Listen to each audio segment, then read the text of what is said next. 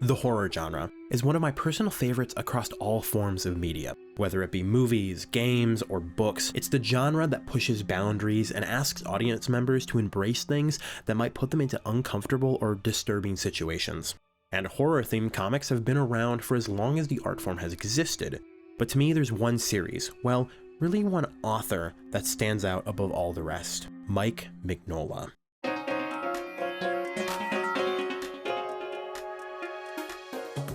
In 2023, when I found out about Crank and Happy co-director Brian Taylor's next flick being an adaptation of the Hellboy story, The Crooked Man, my interest was immediately piqued. Taylor's work on Happy brought the Grant Morrison and Derek Robertson comic of the same name to sci-fi, and knocked it out of the park, taking a violent and ultimately disturbing comic and transferring it to a TV show in a way that improved and built upon the original. I was excited to see what Brian Taylor could do with an IP as big as Hellboy, that as recently as 2019 had a horrible return to general audiences.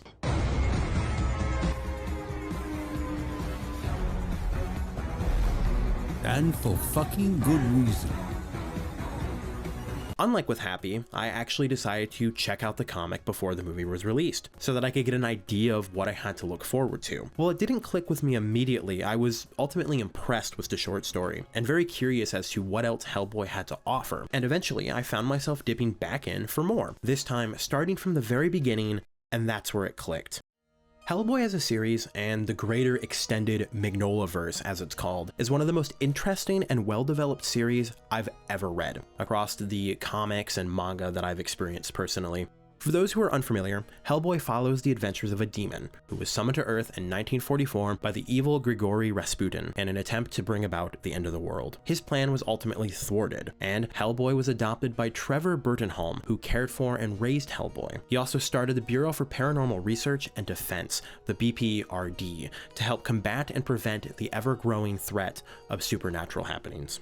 The comics follow Hellboy through his many journeys and missions with and without the BPRD. Throughout the series, we're introduced to other characters and friends of Hellboy, such as Abe Sapien, a half-man, half-fish aquatic creature, and Elizabeth Sherman, a woman who is able to control fire. A majority of Hellboy is an anthology, taking random cases from across the world and solving mysterious events, most of which turn out to be supernatural in nature and often tie in with Big Red's past in some way or another. Hellboy's strength is this anthology format. A bulk of the stories take place in totally different places and have completely different tones and themes, but they all feel distinctly like Hellboy. Almost all of them take on different folktales or legends from all over our world, and then merge them into one bigger piece of lore that flesh out this Magnolverse. The 2008 3-issue miniseries, The Crooked Man, is simply one of these adventures. The smaller and personal scale of many of Mignola's early Hellboy comics make great choices for movies, because they stand on their own without the need of prior knowledge or history of the character. And a smaller, more personal, more horror-focused movie is exactly what Hellboy needed after a critical and box office bomb like the 2019 movie, and to hopefully bring in fans of the Guillermo del Toro movies, which more or less make up a majority of Hellboy fans.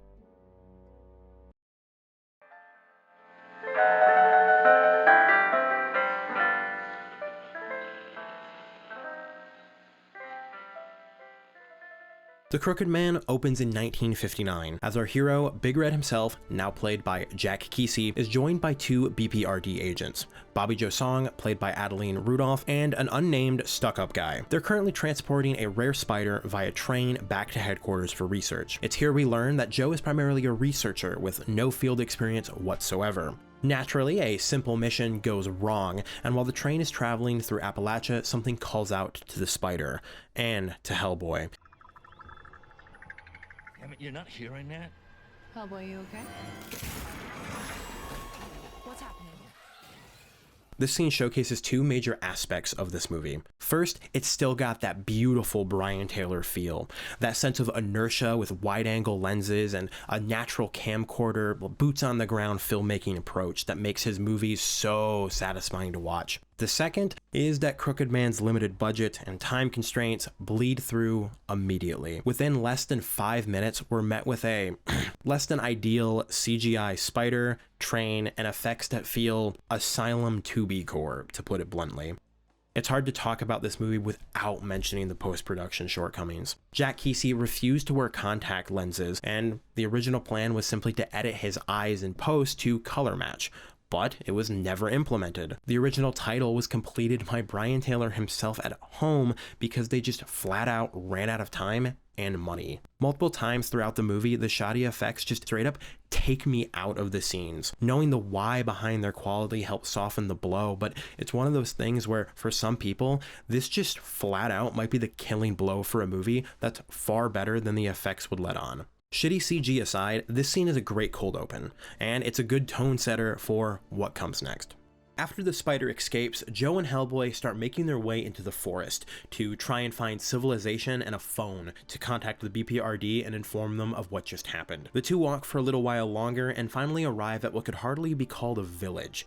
And here's where the movie finally reaches where the comic begins, and where we get to see just how well this movie matches the appearance and style of the Mignola comic. Apparently filmed in Bulgaria and Greece, Crooked Man absolutely nails the Appalachian forest's feeling of eeriness and isolation. The tall trees in the process of shedding their leaves and the matching of the color palette from the comics all feels like an incredible tribute to Richard Coben's art. The casting for the locals, the locations, and the sets all feel like they're ripping it straight out of the pages of the comic and bringing it to life on the screen, something that as we continue on only grows stronger and stronger in this movie. Joe and Hellboy arrive at the farmhouse and ask for a phone. They're very quickly told that the nearest one is miles away, but they're invited in to rest anyway, where they come across a boy who's currently in a coma of sorts. They're told that the boy had been hexed by a witch, Cora Fisher. Enter Tom Farrell, a man who used to live in the area and just returned. Tom quickly produces a strange hairball-looking object, which he found on the doorstep, which he says is a witch ball, claiming it to be the source of the boy's trouble. After a little while, Tom learns that his mother and father have passed on since he's been gone, and he readies himself to go confront Cora to end the hex on the boy. Joe presses the issue, saying that she would actually like to go and see how all of this witchcraft stuff works. However, Hellboy holds firm on his stance that they want absolutely nothing to do with this. However, the movie has to happen. After some convincing, the three leave for Cora Fisher's home.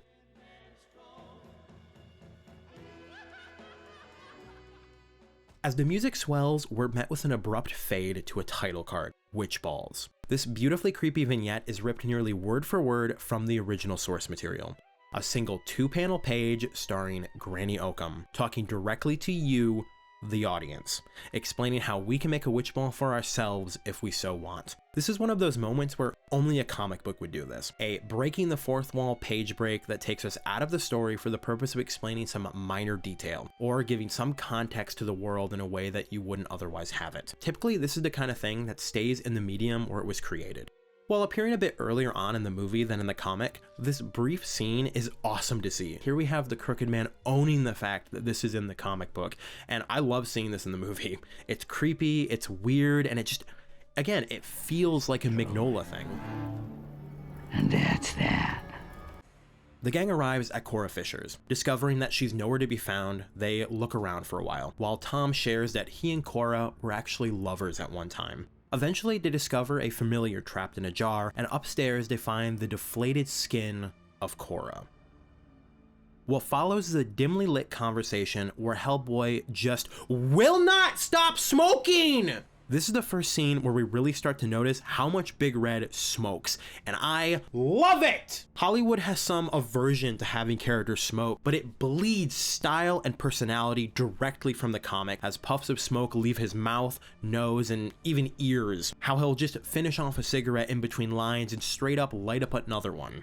Joe and Tom discuss the logistics of the familiar, and how the lore speaks of witches. I love how the scene paints Hellboy. He doesn't love any of this. It's troubled knowledge, something he wished he never learned and is now cursed to carry. Sharing how his blood is tied up in all this evil and how he would do anything to keep people from it, knowing full well just how much it can hurt. After sharing, Hellboy asked Tom where he had seen the devil, something that Tom mentioned on the walk up to Cora's. Tom opens his story saying about 10-15 years back, he'd found a girl, Effie Cobb, a witch, who told Tom that he ought to be one too. Tom followed her advice and found a dead cat, and was instructed to wash the bones till he was done. Whichever bone he was holding when the devil appeared would be his lucky bone. This is where he saw him. Mr. Anselm, some of the old folks called him. Most just called him the Crooked Man. Crooked Man. Tom explains that after seeing the Crooked Man, he fled, joining the army as a way to run away from home and away from the devil, realizing that he made a horrible, horrible mistake. During his travels, Tom is insistent that no matter how bad things got, he never once used the power of the bone. With story time over, it's time for Miss Fisher to return to her body in a scene that even in the comic is just, well, disturbing. We also get to see Joe starting to wonder just how Big Red is able to handle all of this crazy stuff. As Tom comforts Cora by the fire, his old friend Effie arrives at the house, riding a sickly horse. She taunts Tom, saying that the Crooked Man still has business with him and that he brings him a gift. The horse is actually Tom's father. After Effie Cobb leaves and his father passes on, Tom says that he believes he's here for a reason. He's here to hash it out with the devil and renegotiate. The gang heads inside to get some rest before they'll leave tomorrow morning for the nearby church to put his dad to rest. Something I love about Mignola's horror comics is that he takes on folklore and local legends, but twists them in ways that make them feel fresh and more like a modern version of that story. The Crooked Man feels like Appalachian folklore, the nonsensical way that things work, the taunting of evil. As a film, it captures that feeling of dread and uncertainty that a lot of horror films actually fail at achieving. We don't understand any of this lore, and we're not supposed to. When I first saw this, I wasn't originally a fan of Joe's inclusion. Having an extra character who isn't originally there, the miniseries is purely Tom and Hellboy on this journey, but as time has gone on and the more I've thought about it, the more I've realized I actually really enjoy having a character who is just as new to this setting and this horror as we are. While walking up to the church, Joe asks Cora a question. She wants to know more about the wild, wonderful world of witchcraft, where she learns that spells require part of you to be more effective, a memory or a thought powerful enough to channel and use. Suddenly, the group stops, and Cora Fisher starts to seize or something, then suddenly goes missing. After finding her, we, see a snake wrap around her. Hellboy steps in and starts to fight the snake, and ultimately the snake bites him. When Hellboy wakes up, he's in some kind of dream state at a church. I can only assume it's supposed to be the same one that Rasputin summoned him in. Cora is here too, and he follows her into a black void where we receive some insight into Hellboy's past. His mother, Sarah, giving birth to a child in hell, one that will ultimately mark the end of the world. Capturing this disgusting reality that Sarah finds herself in, begging for forgiveness and regret. While Cora was there with Hellboy, for a brief moment, we get to see who's actually behind this dream, the Crooked Man. Finally, snapping back to reality, all seems well, except Cora is gone, seemingly for good this time. Tom panics, revealing that he used the power of the lucky bone. Pushing on, the gang finally arrives at the church. Walking into the church, we get to meet Reverend Watts, the blind caretaker of this church, who clearly has some connection to the supernatural world more than he lets on, saying that he knew they were coming, as he was told by a girl. Tom reveals their plan to go to the Crooked Man's house, and the gang discusses how they plan on renegotiating Tom's deal to hopefully get him out of the contract and defeat the Crooked Man. In front of their very eyes, the sun sets, giving the Crooked Man more power. Joe is caught off guard by this for some reason, and we get what might be my least favorite line in the whole movie. No, wait, that's not possible. No, the Earth doesn't spin. That's not how it works. Crooked Man does a really good job at allowing the supernatural to be just that, supernatural. Creepy stuff can just happen. That's how these type of spirits and evil works. And Joe should have known that by now. The rules of the universe don't always apply, especially after just seeing people transform in front of her eyes and the existence of Hellboy at all. I get that this is just probably some humorous line to break tension or something, but I don't know, it's always rubbed me the wrong way, and I feel like her character deserves so much more than a, "That's not possible." The witches come knocking at the door as the darkness grows. The Reverend starts to pray and starts going off about how evil won't take them tonight. I absolutely love this guy. His energy in this role is exactly what you want from this type of character, and he nails it. Hellboy starts prepping his artillery, which is never not awesome. while Joe tries to find a possible way out. She discovers that there's coal mines everywhere in the area, including underneath the church. Effie finally shows her face again and beckons Tom to come out and face the Crooked Man. He proposed a deal, and Tom nearly falls for it, if not for Big Red stepping in. The Crooked Man's words twist and turn the details, telling Hellboy that he belongs on his side, which brings out Hellboy's shoot first, ask questions never attitude. Come on, Snake, let's rattle.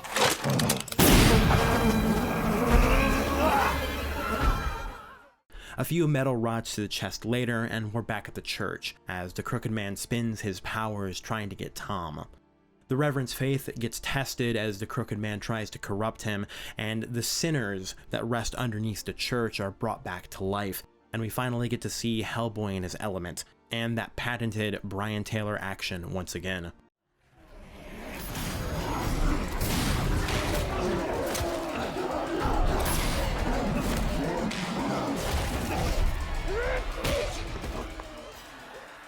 While the fight continues, the Reverend finds his faith, and using the Holy Spirit puts the power of God into Tom's lucky bone, marking his shovel with a cross.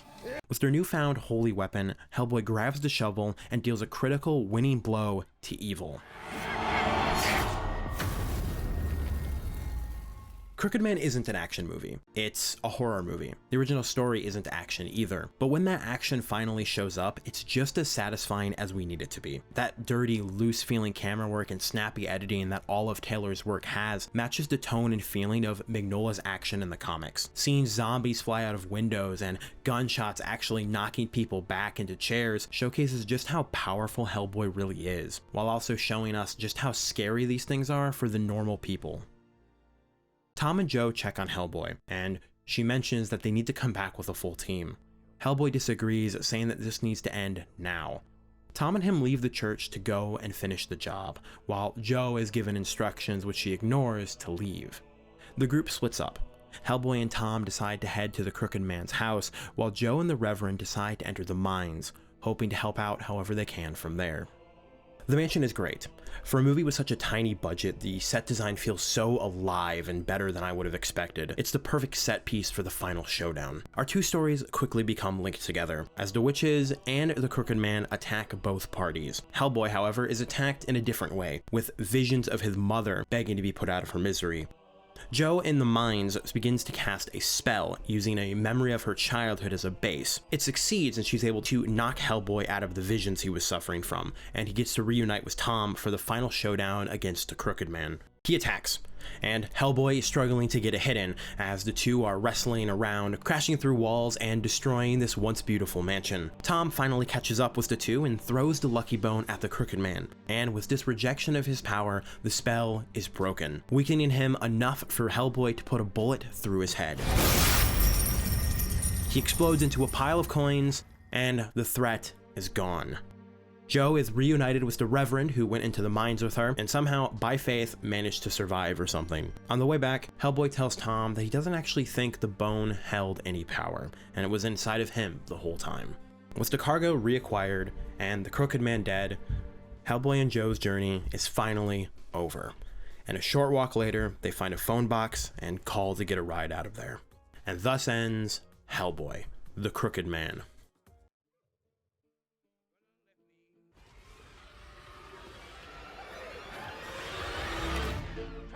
This movie rocks. I don't care what the extremely harsh reviews say. This is a cult classic in the making and easily sits up there with the Del Toro movies in terms of Hellboy adaptations. It's different and asks the audience to meet it halfway in terms of poor effects and some funky pacing and acting every so often. But it's a faithful adaptation in a way many comic book movies rarely are. It's not 100% faithful, and that's okay. There's a few changes here and there, and I think they're mostly for the good. Where the movie has a climax in the house, the comic more or less just ends right after the battle at the church. They go up to his house and return the bone. What's fascinating to me is that Crooked Man really isn't about Hellboy at all. It's Tom Farrell's story, and Hellboy just walked into it. That's one reason I love this story so much. It's just another adventure in Hellboy's life, just another day at the office. Something that no other Hellboy movie, outside of the animated ones, has really tried to capture. And it's something that a big budget movie would never try to do. Only a small scale production like this would ever attempt to take a popular comic book character and turn it into a small scale horror movie. They also clearly figured out it wouldn't make any money, as it got such a limited release in Europe exclusively and was then dumped to video on demand in the US, without so much as a major announcement or an advertising budget. At this point, the evidence is pretty clear that Crooked Man was a production made by Millennium Media so that they could maintain the ownership of the Hellboy IP. Ketchup Entertainment, getting the distribution rights, is also to blame though, as they didn't advertise or push the movie at all. It hurts seeing a character that I've grown to love in the last couple years, and one of my favorite directors, get the treatment worthy of a Tubi original. A budget so tight the director had to finish the opening titles of the movie himself at home, and CGI so cheap you'd think that the Asylum was behind this. All for everyone but the fans of the comics or people who just enjoy this type of horror to hate the thing. Its strengths ultimately come from a team that loved the source material so much to go as far as to recreate actual panels from the comics and maintain the vibes from the original source material. This movie isn't for everyone, and that's okay.